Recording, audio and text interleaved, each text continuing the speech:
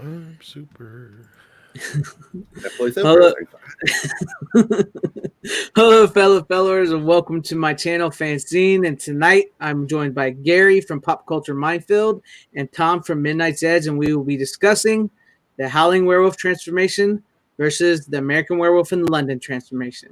Welcome, guys, and I figure we'll start with the Howling first. So, what are you guys? Some of your thoughts on the Howling's transformation at first? You go first, Tom. Joe Dante is one of my favorite directors. The Howling, one of his better movies, of course. Mm-hmm. The scene in question is very well done. It's not quite as good as the other one, though, and I guess I'm bearing the lead there, but there's some subtle differences and a lot of the similarities, as we'll get into, I'm sure. Yes. Yeah, I'm not so sure. Like, here's the problem is, whether you're debating the better movie or the better transformation, in my case, the answers are going to be the same. I think it's hands down for both all of us that that American Werewolf in London is the superior film. It's a superior film. Definitely. It's and the transformation scene, once again bearing the lead, is the transformation done by Rick Baker. Was better done in American Werewolf in London. But there's a lot of nuances here, because one of the nuances that a lot of people don't understand is that the werewolf itself was better in the Howling, the actual werewolf. Not that Rick Baker didn't design a cool-looking werewolf, but Joe Dante said it himself, that when you show a werewolf on all fours, it kind of loses the mysticism of it being a man wolf. Exactly.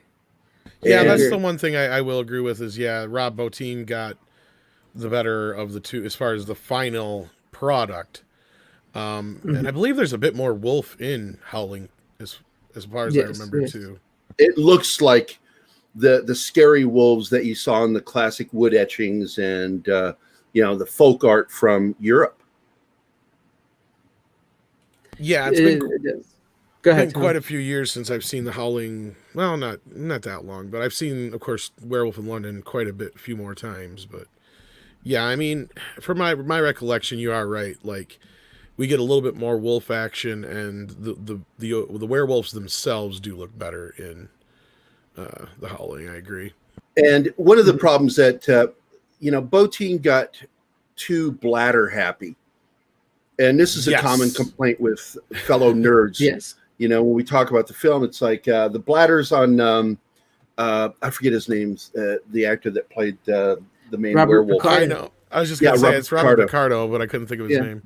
I mean, he was fantastic. And that scene is horrifying. Mm-hmm. I was not horrified watching American Werewolf in London. I was mesmerized. But when I watched The Howling, particularly the scene where the girl is trapped in that medical examination room, I about lost my crap sitting in that. Oh my God, that was just terrifying to me. And the way that they kept doing the rushing in, pull back to another cut, rushing in again to his face changing, you just felt so claustrophobically trapped with this werewolf. And but once again, visually, it's distracting when you see all the pumping going on in Picardo's face. Yeah. That's why I pulled it up here. You'll see a little bit of it. Yeah, that's the other thing with the Bottin transformation is it looks a lot more like a rubber mask in a lot of scenes. And then when you're actually getting...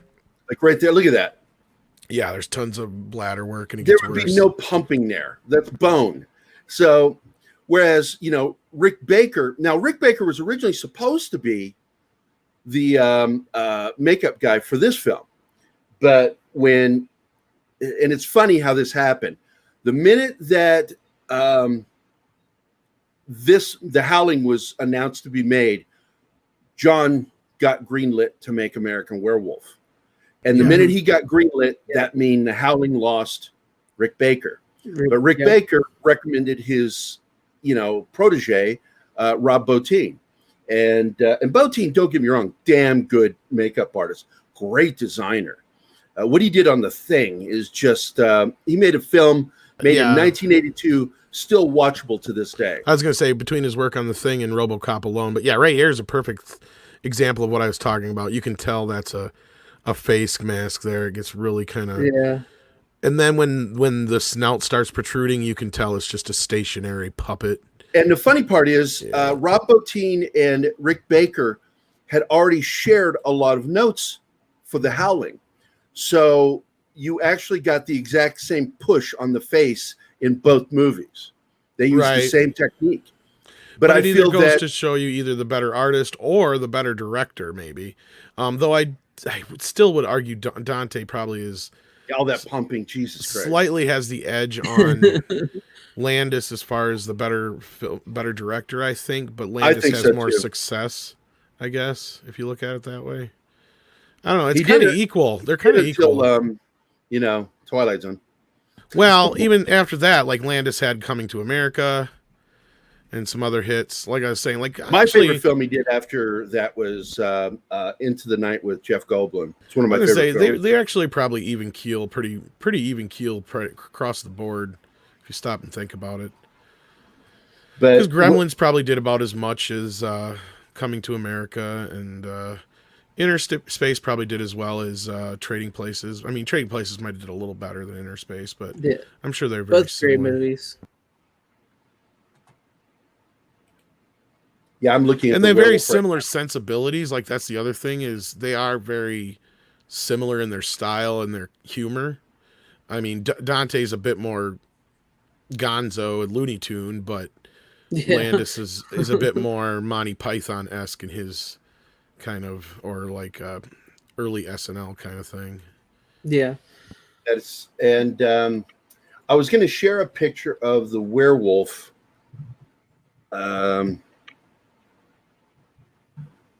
from The Howling, and then we can show a picture of the werewolf from An American Werewolf in London. Here, I'll share it with you. Because really, isn't there only like 2 scenes in Werewolf in London with the werewolf, or only 1? Yeah, they do the Jaws thing.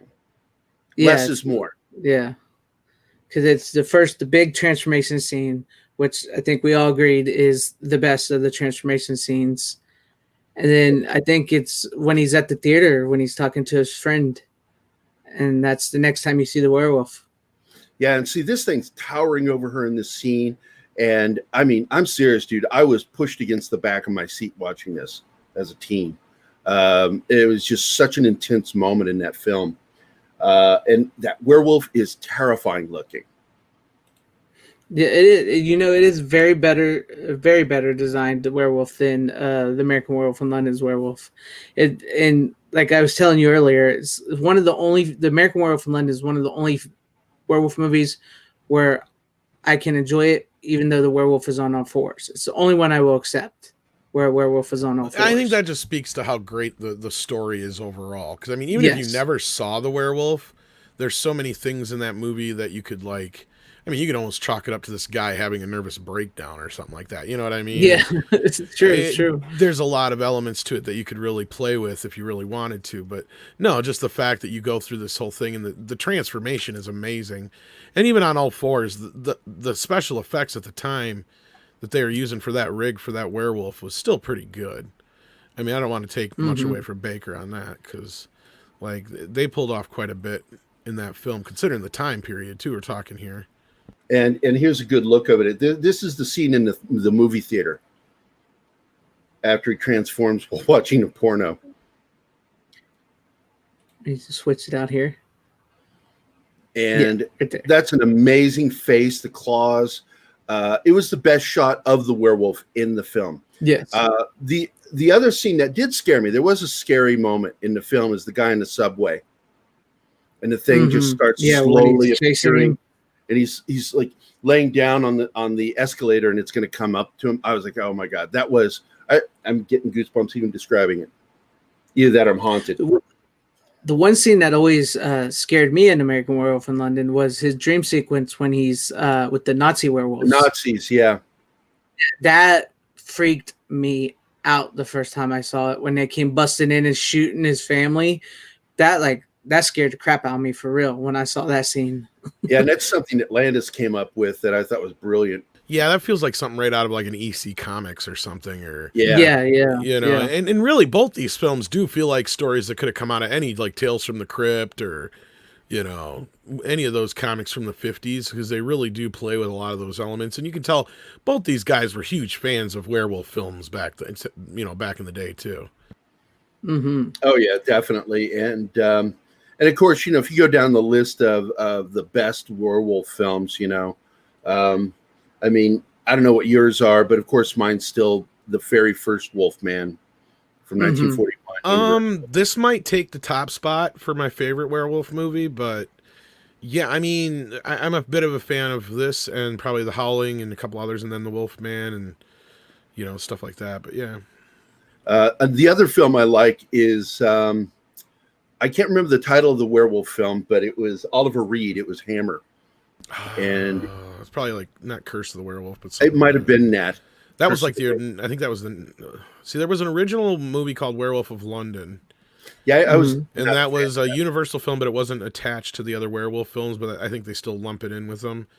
And then they had the Wolfman, and when I was a kid, I liked it. Maybe it was called Curse of the Werewolf. I think it was.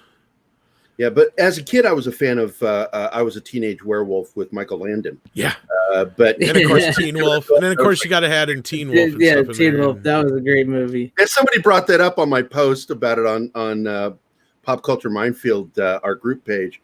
And I posted that we are going to be doing the show tonight, and they're like, "No, Teen Wolf Transformation." That one's actually pretty good, actually. Yeah, I mean, it is. It really is. And I'm trying to remember. I haven't seen the one with Alan Arkin's kid in it. Oh yeah, 12 o'clock high. Adam Arkin. Yeah, Adam Arkin. Yeah, was it High Moon or I can't remember. It's more. I think it's always a Teenage Werewolf. It's more or less a remake of that, but it's got a different name. It's like High Moon or Full Moon or 12 o'clock high or something like that, or Midnight High. Something like that. Yeah, it's something to that. It was not the more popular of the ones in the 80s, but it had a very similar kind of I'm a teenage werewolf feel to it, yeah. Teen Wolf, of course, was the bigger of the two. Oh, definitely. It's classic. Now here's the snout. Yeah, this is so much better in this version than the other one. Well, the way that they move in on the eyes there and then cut to the ear and then right to the snout movie. Now, you notice there's no stopping cuts. Not only that, the motion. I mean, look, I feel like that's a better designed werewolf than that picture you showed earlier. I like but even this is a puppet here, though. This looks really good. It's got some weight to it. When the snout pushes out, he's still moving the puppet. That black yak hair. Yeah. Wow. Yeah. But those two scenes, I think, are credit to practical special effects back in that time. Oh, yeah. Now compare it to American Werewolf in Paris. Yeah. Oh. It's a big CGI. No, that's a movie we all need to forget ever happened. I'm gonna be honest. I kind of like it just because how bad it is. You know what I mean? Well, Ginny Gutter is in it from An American Werewolf in London. Yeah, I know. It's kind of a semi-quasi, and it's a rod puppet or whatever. Oh, we lost Tom. Oh, where'd Tom go? I'm still here. You just accidentally removed me. Yeah, I hit the remove. Yeah, when I removed the thing, I removed you. I kicked him. Fuck that. I don't want to hear what he says. Forget Tom, man. He agrees with us too much. I really wish I could go the other way too, because like I said, I'm such a much bigger Dante fan, really, when it boils down to it. With the birds. And I love Dante. Yes, Joe Dante, man, is so much superior in directing. In fact, it was one of my favorite segments in the Twilight Zone movie. Which one's Joe Dante's? With the kid who controls everything with his mind. Oh yeah. Mm.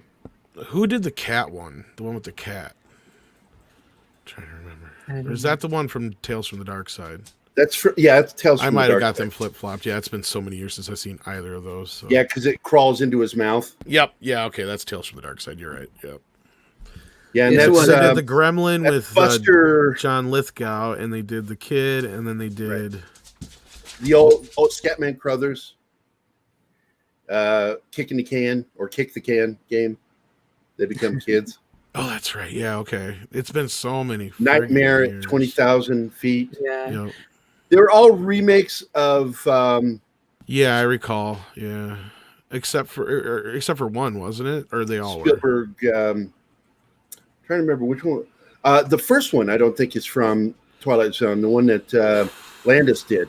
I was gonna say I think his was an original. I knew at least one of them. I think was an original story. Yeah. Landis, man, ugh, the story behind that one is crazy. It's tragic, and you know, supposedly he wasn't even there. So, oh, who? Landis wasn't even on set there at the time. It was supposed to be second unit or whatever because he got out of it. The other people, there was a couple other people that got charged with it. One with the that it was in the stunt department. I think the company that was responsible for the helicopter, and I believe like the second unit director and some other shit like that got in trouble for it. But I believe he wasn't even there on the set when it happened. Well, you know who his I'm not daughter 100% is. on that, but you know who his daughter is, right? Vic Morrow's.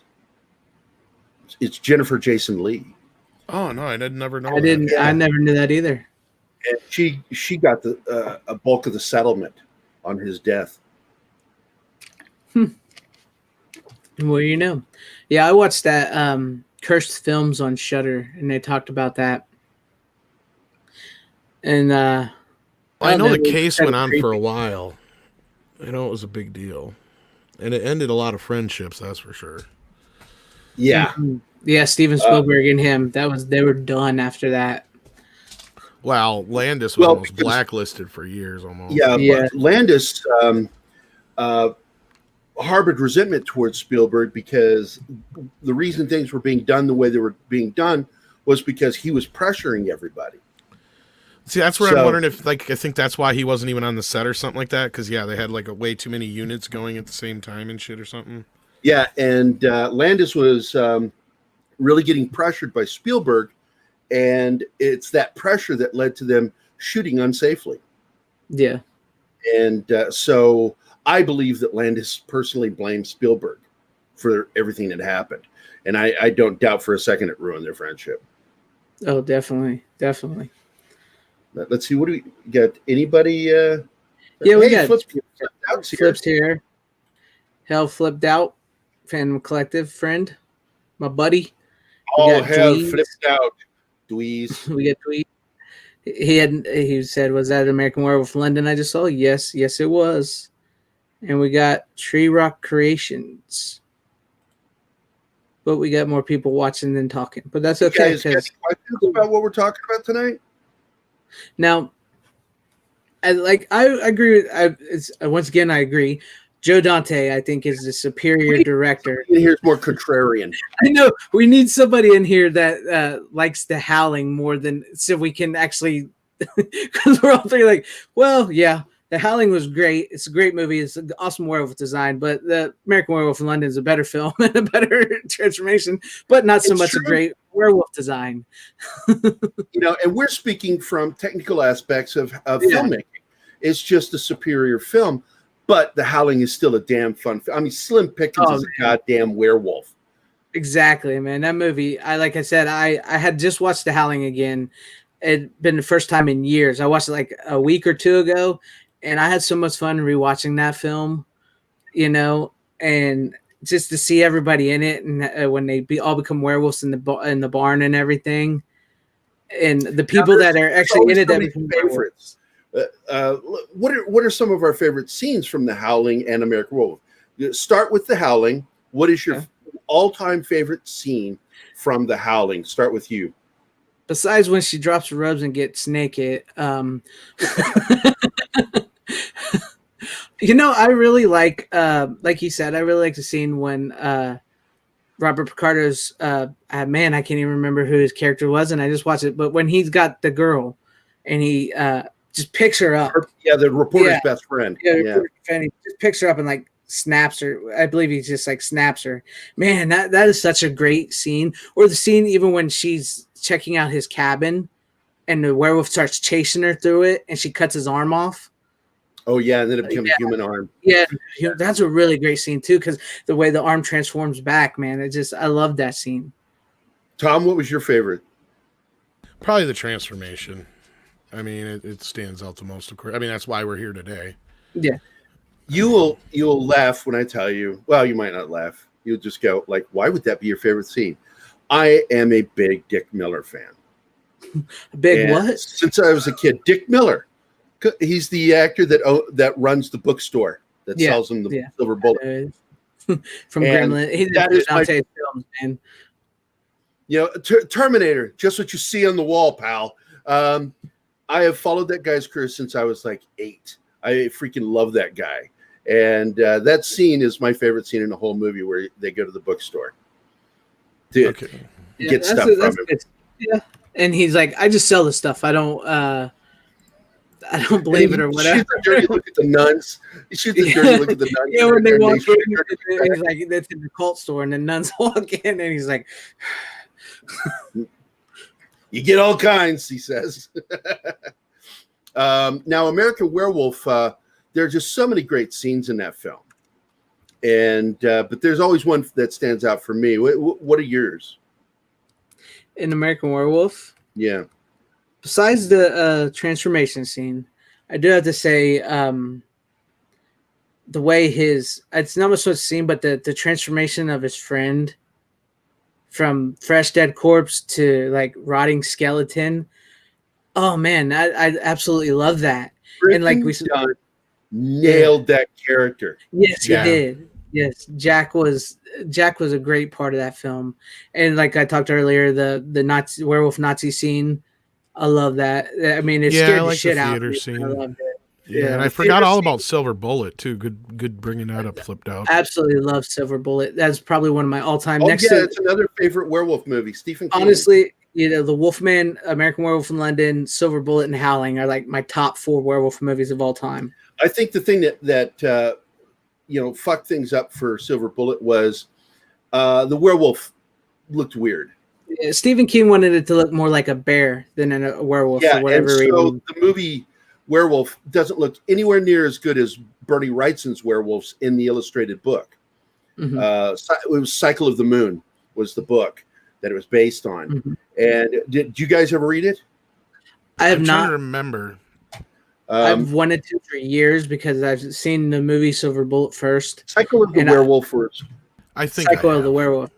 I found it at a bookstore once, $20 used, and I was going to buy it, but I didn't, and I regret it to this day, to be honest with you. I'm going to look it up real quick. And the werewolf here's a really good shot right here. Boom. I'm going to copy image address, put it in there, paste and go. Oh, you dirty bastards. So Tom, while he's looking, what are some of your favorite parts in American Werewolf in London? Oh, like all the ones you guys have said. Of course, like I said, the theater scene is great. Mm-hmm. The street scene's pretty good. Even though you guys aren't a big fan of him being on all fours, I don't mind that so much. It doesn't bother me as much. I enjoyed the decapitation moment. That was pretty good. Just suddenly just comes out of the movie theater. And by the way, I've been there to that exact location, and that was freaking cool. I recognized where they shot it from. Oh, that's cool. Here we go. And I'm going to share now. This shot of the werewolf from Cycle of the Werewolf, which Silver Bullet is based, just really look at that. It's got the long ears, the snarl. Bernie Wrightson, what a loss when we lost that man. What a great artist. Art, man. Yeah, that is beautiful. I love it. And of course, he's missing the eye. You'll notice he's missing the eye there because he shot the eye out with a bottle rocket. Mm-hmm. Man, that movie is so good. It really is. And Gary Busey. I love Gary Busey in that movie. Oh my God, he nails it as his uncle. One of my all-time favorite Gary Busey kid, roles. You ever see a werewolf? I'll show you a werewolf. Come on, let's go. Oh man, Gary when he Busey tells him the donkey. Yeah, that's what I was about to get to. It's like when he always calls me that. I love that scene. And that was Corey Haim, wasn't it, that played the kid? Corey Haim. Yeah. And oh my God, another favorite actor is in that movie. Terry O'Quinn plays the sheriff. You ever drink raccoon blood? You ever drink raccoon blood? It's great boiled over soup. Oh, look, here we go. Look, even though he's not on the panel, but Dwee's here. Out of the Howling in American Werewolf, and though I think the Howling edges it out just slightly. See, you should be on the panel. You should be on the panel. Please get on the panel because we all agreed that you're full of shit. We don't want to gang up on you, but it would be nice to have a difference of opinion up here. We need somebody who like. It's like I don't know how much more dick sucking we can take here. It's just. I look at sore. Why am I Baker? Oh, yeah, that was the dream sequence that Tom brought up. That's his favorite scene from the film. Oh, that was actually a fan. Yeah, I was gonna say it was fan scenes. It scared the crap out of me. It is a cool scene. I said that was right out of like an EC Comics or whatever. Yeah. I don't know. It's just something I think. I watched the behind the scenes and I remember Landis why he put it in there, but I don't remember why. Yeah, I know. I know he's Jewish. And it was probably something he saw in like an EC comic or something like that. I bet. Because it reminds me of something from some. For some reason, I remember. Was there a comic of that, like a Tales from the Crypt or something like that, where the Nazis had werewolves? I don't think Dan Aykroyd was a werewolf. He was something else. He was some other creature, but I don't think in Twilight Zone. I don't think he was a werewolf. He asks Brooks, Albert Brooks, you want to see something really scary? Yeah. Then he turns, and of course, I don't think he was a werewolf. He was just some sort of weird monster. I will say, go ahead. No, I was just gonna say, and then we get the bookend of him being the ambulance driver. I will say I'll give an honorable mention to a pretty decent werewolf transformation from the Monster Squad, the werewolf in the Monster Squad. I'm not a fan of the design, but it was a good scene. And that guy played a werewolf twice. Yes, that he played a werewolf in Fright Night 2. Same actor. Yeah, that's true. That's true. I have not seen Fright Night 2 in a long time, but now that you bring it up, I remember him. Yes. Everybody thinks I'm just a sci-fi nerd. No, I know my horror. Yeah, I'm like I'm into like all genre, 80s all around, man. So, yeah, the 80s had the best horror, had the best sci-fi, all of it. I don't know what Tom thinks, but that's how I feel. This is your chance to be contrarian, Tom. Yeah, Tom. For which one? We were saying that some of the best horror and sci-fi came out of the 80s. Oh yeah, I can't fight with that. God damn it! Damn it, Tom. This is supposed to be a debate on which werewolf transformation was better. We all agree.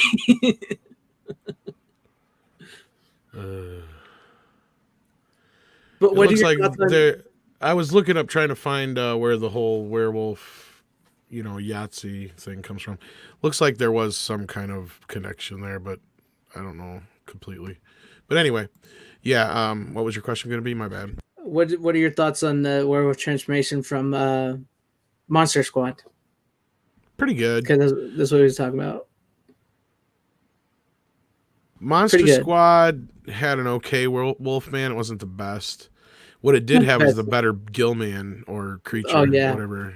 Yeah, I really did like it. They could not. But that was Rick Baker too, wasn't it? No, I don't think Rick Baker worked on that. I'll check it out. Yeah, I was about to say, let's check that out.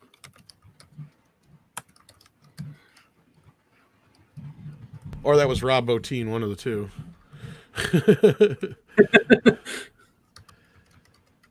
Matt Rose. Was it Matt Rose? Matt Rose. All right. He's dead. I did not know that. Well, thanks for bringing us down, Gary. Hey, that's my job, man. He's from the Stan Winston School, though, it looks like. Or something here. So we never got any of yours, Gary. What are some of your favorite parts from The Howling and American Werewolf in London? Well, I gave you the ones from the Howling. An American Werewolf in London was the theater scene, was number one. And also the second scene, which it's basically all the Jack scenes, where Jack slowly, gradually is becoming more broken down. Yeah, more. And I just love the dialogue and the fear that our main character has, our protagonist, as his living dead friend is warning him, kill yourself. Keeps telling him, kill yourself. Kill yourself. It only ends in pain. People. Yeah, and God, that was so freaking good. I do want to share something else here. I'm going to share this. There's another piece of artwork by Bernie Wrightson from Cycle of the Werewolf. It's just beautiful. We'll say, though, I will give it up to Jenny Agutter and Dee Wallace in those films because they deliver amazing performances. Yeah, Jenny is the sympathetic woman who just thinks he's crazy. And you gotta feel for her character because she's a fish out of water with this. She thinks he's just some sympathetic guy that's got a problem, and she thinks as a nurse she's got the Florence Nightingale syndrome. She can help him, save him, maybe. And of course that last moment when she's in the alley with him, wow, that I love you, and then he just seems to relax for a moment, and then he's gonna kill her. Yeah, and they have to put him down. And then the song they play after. Oh well, they play 3 versions of Blue Moon in that film. It opens on the real slow orchestra version, and then it ends with the bomb, bomb, bomb, a dang, a dang, dang, a ding, a dong, ding, dong. Blue Moon. Landis, that hit me so hard as a kid that I do that a lot in my stories. I play juxtaposed music to whatever's happening on the screen in one of my stories. And I will play happy, uplifting, snappy beat songs while someone's being murdered, and that all got started because of Landis in that damn movie. Yeah, well, hey, I mean, it has an effect on you. It has an effect. It works. I think Tom fell asleep. Yeah, Tom, you're being awfully quiet. He's like, Keith. I'm just tired. It's been a long day for me. Keith fell asleep today during an interview, Tom. Oh, geez. He works a late shift, and I've got to work out a schedule where he's not tired. And he fell asleep at one point. I got to cut it out, but it was funny. It was just like, I'm like, hey, Keith, you had some Keith? Hey, Keith. And he goes, and then he does that thing where he's like asleep like this for a second, then he jumps up and goes,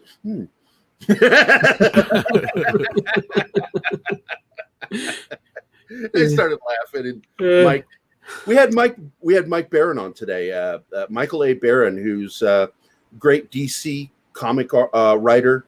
He wrote Nexus. God, he's a prolific. He wrote The Flash for a while, and he's a friend of mine. And he said, "Hey, man, I got some new stuff. I'd like to be on." I'm like, "Fuck it, come on the show." Yeah. And so he's on the show today, and we'll probably put it out on Saturday. And of course, I'll edit out him falling asleep. Look, we got another one here. Silver Bullet's pretty popular in the chat too. We're talking about 2 movies that I haven't seen in forever. As far as werewolves go, I'm a Silver Bullet guy. It's a good film, man. It's a good film. It's my 3rd favorite modern werewolf film. Like I said, the Howling, American Werewolf in London, and Silver Bullet, probably the peak of the werewolf movies, besides the Wolfman, which I actually personally, the Wolfman is probably my favorite werewolf movie. CG stuff. I just don't like the CG. No, the original werewolf. Oh, the original, Wolfman. great. The original Universal. I'm a huge Universal Monsters fan. That's why I got my start with those movies. And the original Wolfman is by far my favorite werewolf movie of all time. Which one? The Wolfman, the original Wolfman. Oh, the original, 1941. Yeah. Great film. I mean Lon Chaney Jr. in that, man. He gives an amazing performance in that film. Well, he's good at playing sympathetic everyman. He's not a very good actor, but when he nailed something, he would nail it. Like he was amazing as what's his name, the half-wit of Mice and Men. Oh, what is that guy's name? Burgess Meredith. Burgess Meredith. Burgess Meredith plays the main character, the protagonist, and Lenny. Yeah. Tell us about the rabbits, George. Tell us about the rabbits, George. And I consider that probably one of the more tragic versions because they really stretched that moment out for him to shoot him. And that was probably, and I think he got an Oscar nomination. I don't know if he won, but I know he got an Oscar nomination for that role. But he was such a limited actor, and his career just went to shit over that. Yeah. And you'd see him in B to even C and D movies, just absolute garbage movies. And starring Lon Chaney Jr. My dad likes to watch old Westerns because, seeing Lon Chaney Jr. on one of them, I can't remember which one he was watching. Might have been The Rifleman. So he was on there. Yeah. So he kind of went down. He went down a while, but cream of the crop. Another guy like him was Glenn Strange, who was best known for playing Frankenstein, and he had a very similar face. He took over playing after Boris Karloff refused to play the monster anymore, and he's best known as the bartender from Gunsmoke. I did not know that one. Another giant. Yeah. Have you guys ever seen the movie Bad Moon? No, but I'm aware of it. Stars. Wait a minute. Is it Perry? Michael Perry? Michael Perry from yes, I did see that. That was a cool werewolf. It was a dumb movie. Cool werewolf. Yeah, cool werewolf. The transformation in the movie itself is not very good, and I believe it only shows the werewolf at the very end of the movie. But the werewolf design is really great in that movie, though. For a crap movie, that had a great werewolf. Yeah, there's this new werewolf movie that just came out, and someone says, "Hey, you go check it out. You like werewolf movies?" I watched the first 10 minutes, and I'm like, "This is just awful." And it came out this year. It's like new, and so I'm like, I skip forward all the way to the big transformation of monster scene, and they make the big mistake that you should never do: show well lit, full body shots of your guy in a costume. Don't ever do that. Big mistake. It looks like a guy in a suit. It just looks so bad. Have you seen the movie Late Phases? Yes, I have. What was that about? It's where the I know that name. Kid puts his dad like in a old folks home area. Ginger from yes, I bought it. Yes. Oh my Ginger God. From Gilligan's Island is in it. The original Ginger, she's in it. And he's a war veteran. The thing I liked about it was the faces of the wolves.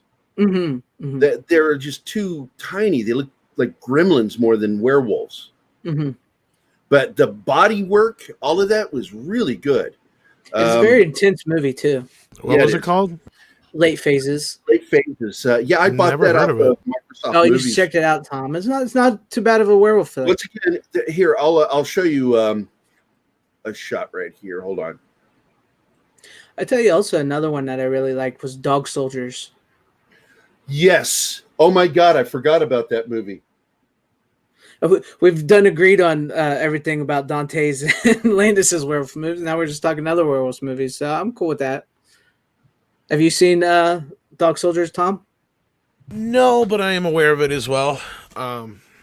It's actually really good. Very good. Here we go. I'm going to share this. This is from wasn't there that one Wes Craven cursed movie or whatever? I never saw it. Yeah. I wouldn't watch it because or I vaguely remember. I don't remember. Rick Baker's werewolves were cut from some of the scenes, and scenes they needed to reshoot. He wasn't available, so they just did CG, and it just looks like garbage, mixing of CG and practical effects. That's from Late Phases, and I hate the snout. Yeah, the snout in the face. But I mean, it's not a bad werewolf movie. No, the whole body suit was great, and the way they moved, the actors moved. Woo! I was a very, very happy with that film. It's very I don't know. It's just like with the father-son dynamic and how he's just like the dad's like this war veteran and everything, and he's just like goes in like straight investigation mode when he finds out what's something going on in his. It's just really good. In my elderly community, and I'm a war veteran. I'm going to kill the shit out of something. He's a badass. I like that the war veteran is the hero of the film, and Deputy and Dog Soldiers, going back to that one, once again, they get caught, they're tricked into a situation, really, we find out.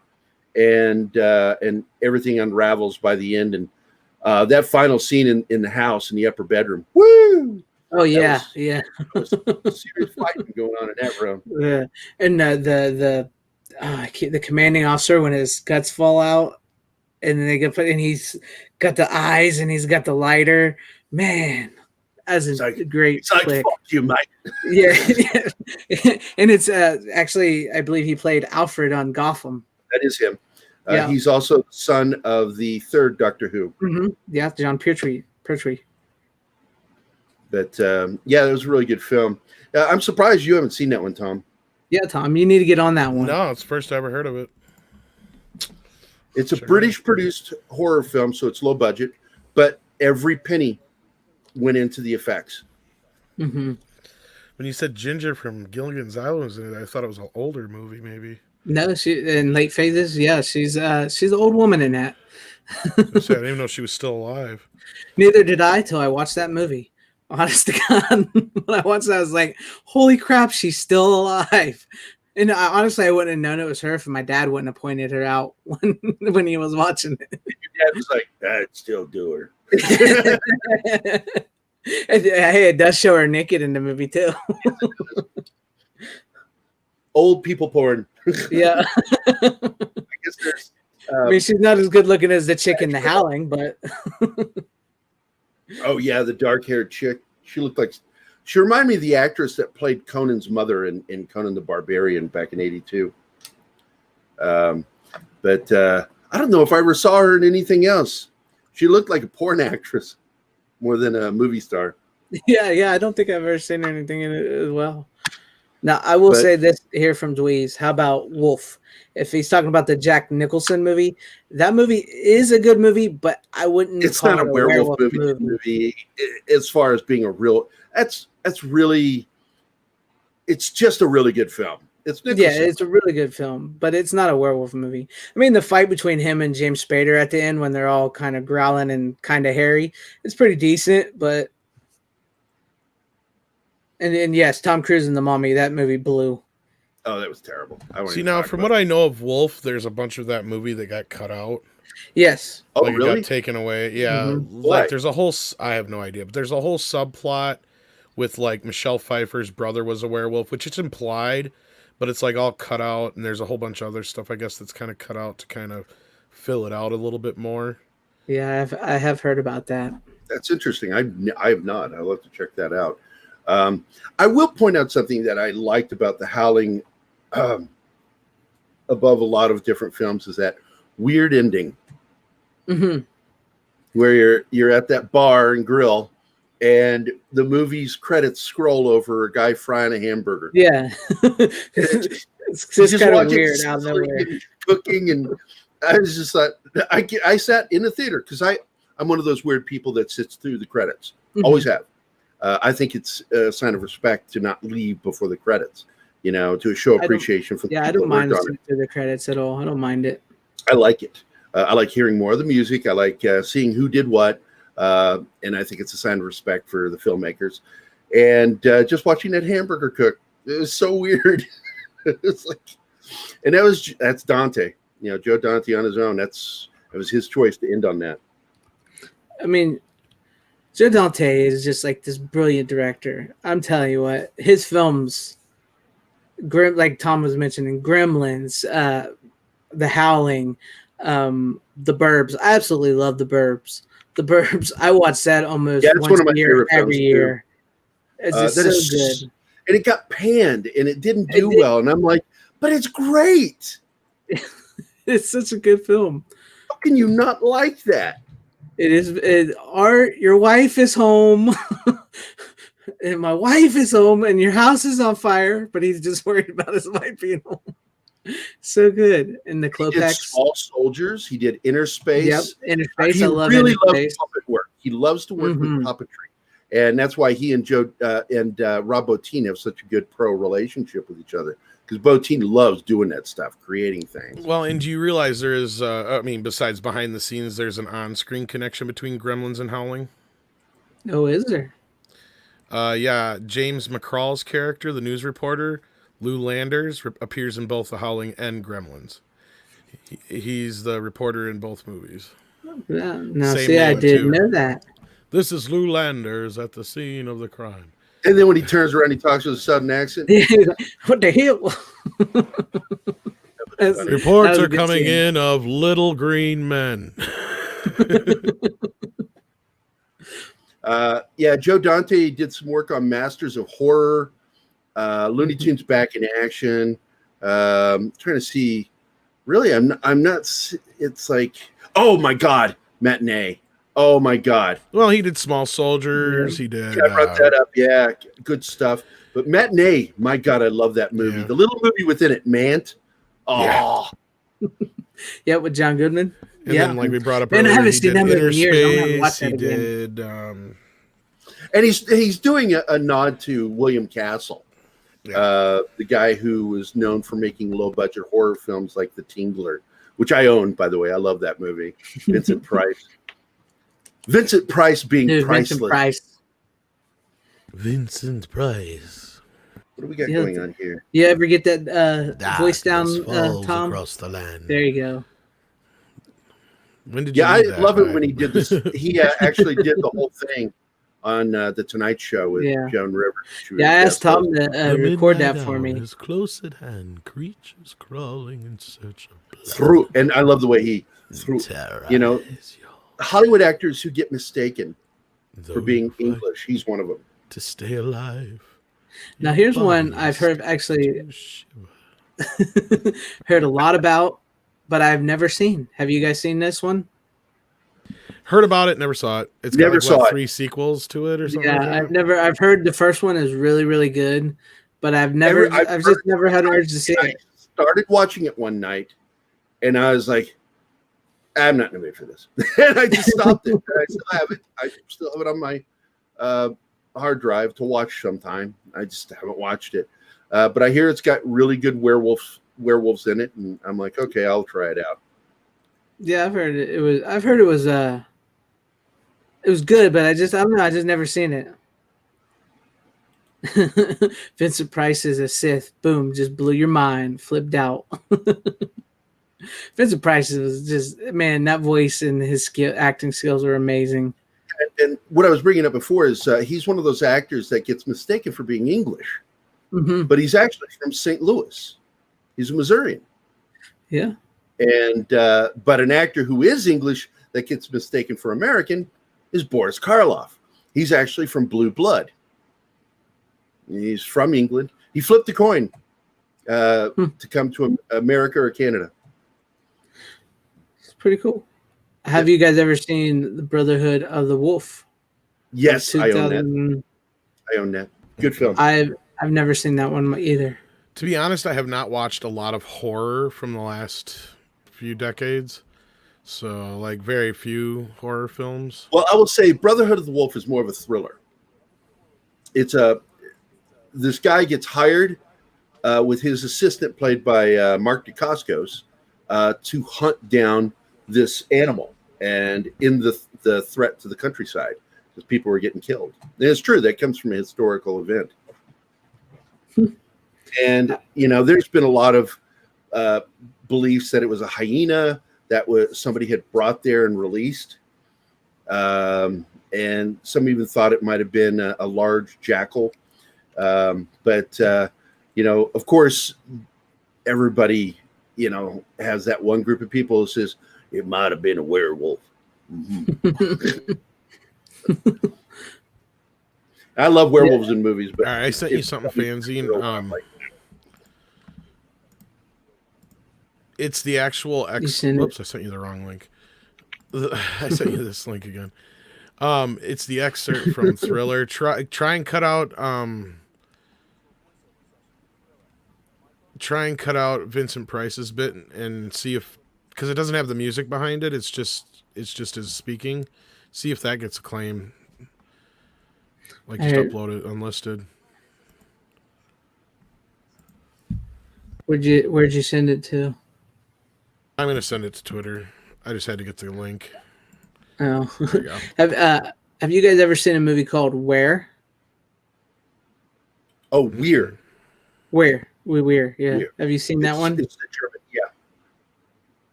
It was all right. It was kind of. Yeah, this is my favorite. It was a little out there. I saw the actor that's in it. I was like, oh, I like this guy.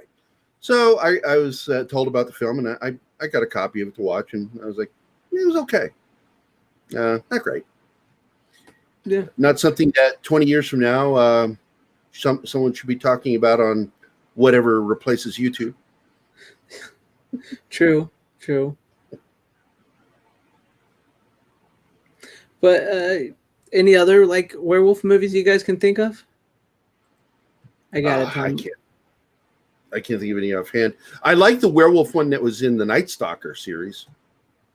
Oh, which one? Cruise. It's one where he's on the cruise, and one of the people on the cruise is a werewolf killing people. Oh, I didn't see that one yet. Yeah, that was the Night Stalker series, like one of my favorite shows ever on television. And I'll like every once in a while just pop it out and just start watching them. Yeah, I got the season, the first series. Well, it was only one season, but I got it, and I have never watched it all the way through yet, though. Yeah, it and the very first vampire movie, the Dracula one, were my favorites. Oh, and the Mummy one. That's good. I'm looking for an image of here it is. Yeah, I found an image of the werewolf. Share it so we can see it. I'm trying to find the best copy. Yeah, this is the best one. Now, when I was a kid, this was awesome. I was a kid. So, copy image address, paste, and go. Boom, baby. This looks more like Dogface Boy. Share screen now. Boom. This is from the Night Stalker, 1972. Not bad. It's Bobby the Dogface Boy. Kind of reminds me. Have you seen the movie? It was with the guy that played the fugitive from the TV series, the original Fugitive. It's a werewolf movie. Oh, he was in it. The Beast Must Die. The something of the wolf, Moon of the Wolf. It's called Moon of the Wolf, I believe. It's from the 70s. I don't think I've seen that one. There was one called The Beast Must Die that came out in 71 or 72. That was a werewolf movie, but it was a whodunit. Like they had to figure out who's the werewolf in the group of people, and it was played more like a Agatha Christie mystery than as a horror film. How about I just had it in my head. Who came here to say hello, and also there's a fake sock account of me running around, and I'm checking the chat. Oh, okay. Do you guys remember the old Fox TV show Werewolf? Vaguely, yeah. I mean, I think but I never watched it. Not one episode. No. I watched. I've seen a little bit of it online because I never saw it when it aired. It's not too bad of a show. It's very much like The Incredible Hulk, and the werewolf design isn't too bad. And I do believe Rick Baker actually has something to do with the werewolf in that show. I would be surprised, but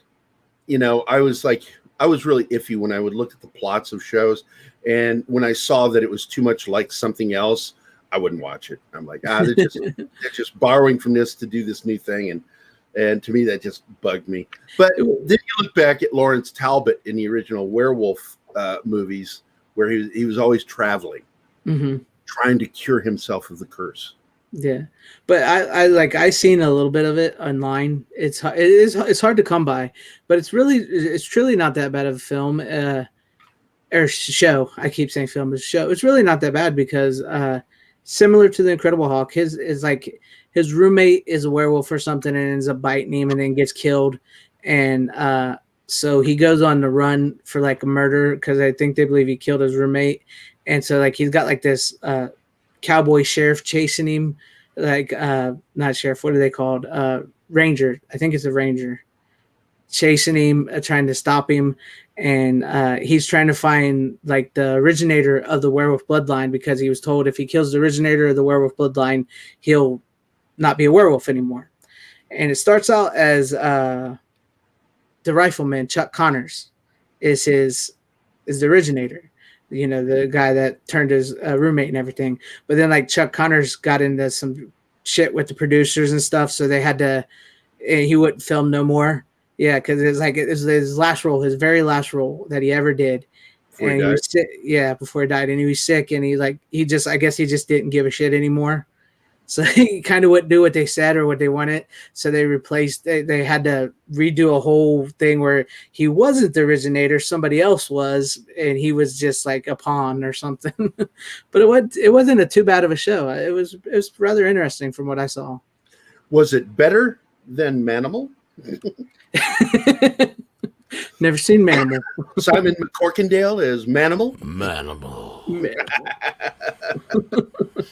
So Simon McCorkindale, the guy that would forever be known for two things: Jaws 3D and Manimal. Oh, that poor man. Mm. Hey, I'll a good stick out for actor. Jaws 3. Yeah. So what are we moving on to here now, man?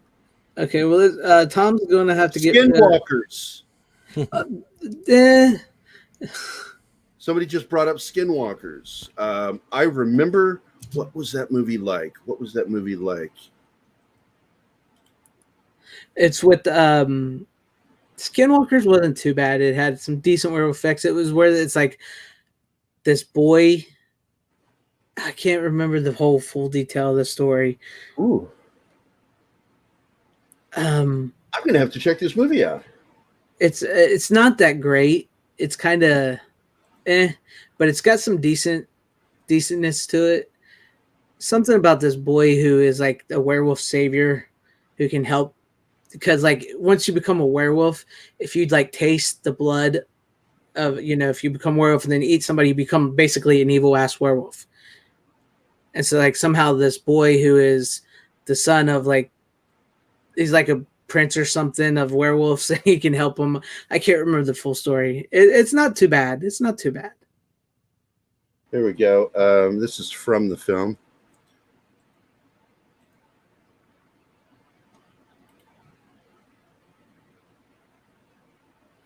That's one shot. Yeah, that's like the main bad guy, werewolf. There's the other one. I'll zoom it up. He's actually from the TV show Roswell, the original Roswell TV show. It's not an overly horrible application of a werewolf. I would prefer to have more of a snout, but I don't know. I'm gonna have to check it out. Skinwalkers. Is it based on the Skinwalker Ranch? No, no. It's actually written by the guy from Psych. Wait, which guy from Psych? James Roday. Oh, yeah, he actually wrote that. Get the hell out of here! Is he in it? No, he's not in it at all. He's just a writer of it. He's actually a fan of horror. I'm not surprised because he has a lot of nods to it in his show. Mm-hmm. I mean, they brought back the cast from American Werewolf in London, bringing it all around because we're going to get closed out because Tom's got to get ready to go. Tom's tired. He needs to go to bed. Yeah. So, speaking, bringing it all around. Any final thoughts on American Werewolf in London and The Howling before we close it out? Well, I think we're all in consensus that Yeah. the superior film was American Werewolf in London. The superior transformation scene was American Werewolf in London. The superior looking werewolf mostly was The Howling. Mostly because of the head, and it wasn't on all fours. It was actually a proper lycanthrope and, man-wolf. But still, that werewolf in American Werewolf in London was badass. Mm-hmm. I mean, the scene in the movie theater you got to see its face. That flashlight, cop's flashlight hits that werewolf's face. And it's like chowing down on some guts. You know? And then it starts coming, and they pull down the chain link thing in the front, and then it just rips right through it and pops that detective's head right off. And it's great rolling into the street. I mean, that was a shocking moment. I remember just going, ah! I was like, how old was I? 16. I was like, ah! But I mean, that's my general consensus. Tom, any thoughts from your point of view? Nothing that we haven't really discussed already. I think we've pretty much covered everything pretty well. And I almost said vampire, but slew of other Wolfman movies that you can definitely get into. Besides, definitely, especially this time of year. Yeah, I'm going to check out this Skinwalkers. I've never watched it, and God damn it, I'm going to go ahead and pull out Ginger Snaps and watch it. Skinwalkers ain't too bad. It's a little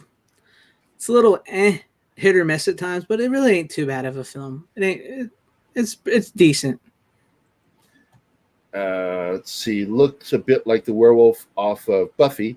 Oh I never watched Buffy. You couldn't pay me to watch Buffy. Oh, Buffy's. I like Buffy. It's good show. You would. I know I would. No, I'm not that big a fan of his writing. I'm really not. I used to like him, but now I'm not so much. You know, I really liked the first film, but he felt that it wasn't his film. So yeah, he didn't like that. I don't care because I enjoyed it. It was fun. I know. I love the first movie. So was what's his name? Hugh Herman. Herman was fucking hilarious in that. Yeah, I'll take it. His death scene at the end was just had me. I bought the damn movie. I liked it so much. Buffy the Vampire Slayer TV series. I was just like, this is treaded territory. I'm not interested. I did watch the spinoff. Angel's a great show. I enjoyed that. That was a good show. Yeah, Angel actually gets superior because of that. Yeah, Angel actually gets superior than Buffy at points. I think so. It was a really well written show. Well, Joss Whedon didn't do a whole lot of writing on Angel. That's probably why. Louise has the best sexist comment of the night with superior hot chick was the Howling. I'll agree with you with that. I'll take that because she was freaking smoking hot. Well played, Playboy. And another mention. I don't know so much of Werewolf, but Fright Night. Yeah, I brought that up earlier because he played the werewolf twice. That actor, Evil Ed in Fright Night. Yeah. Oh, Evil Ed becomes wolf. That's right in the first one. Yeah.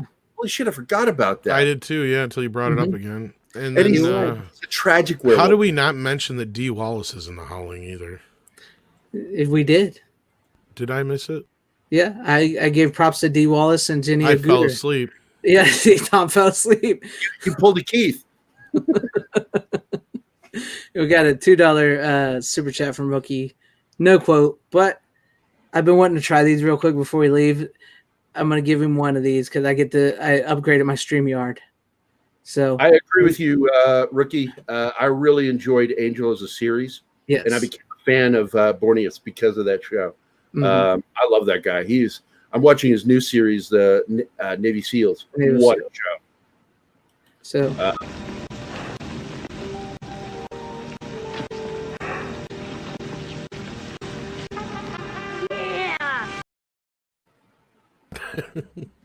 You, sir, are gay. That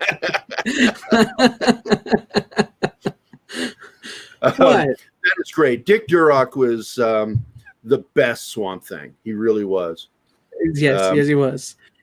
I don't want to talk shit about the new guy. I think he does a pretty good job, but Dick Durock owned that role.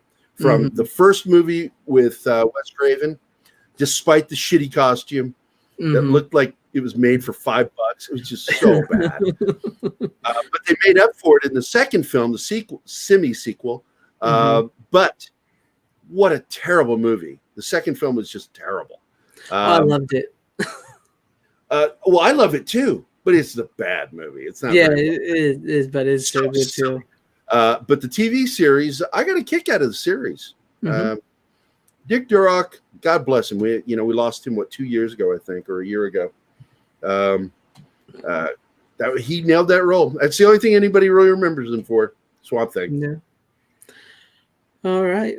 Well, but I mean, he was a great Swamp Thing, though. All right, so I guess we'll close out this final thoughts.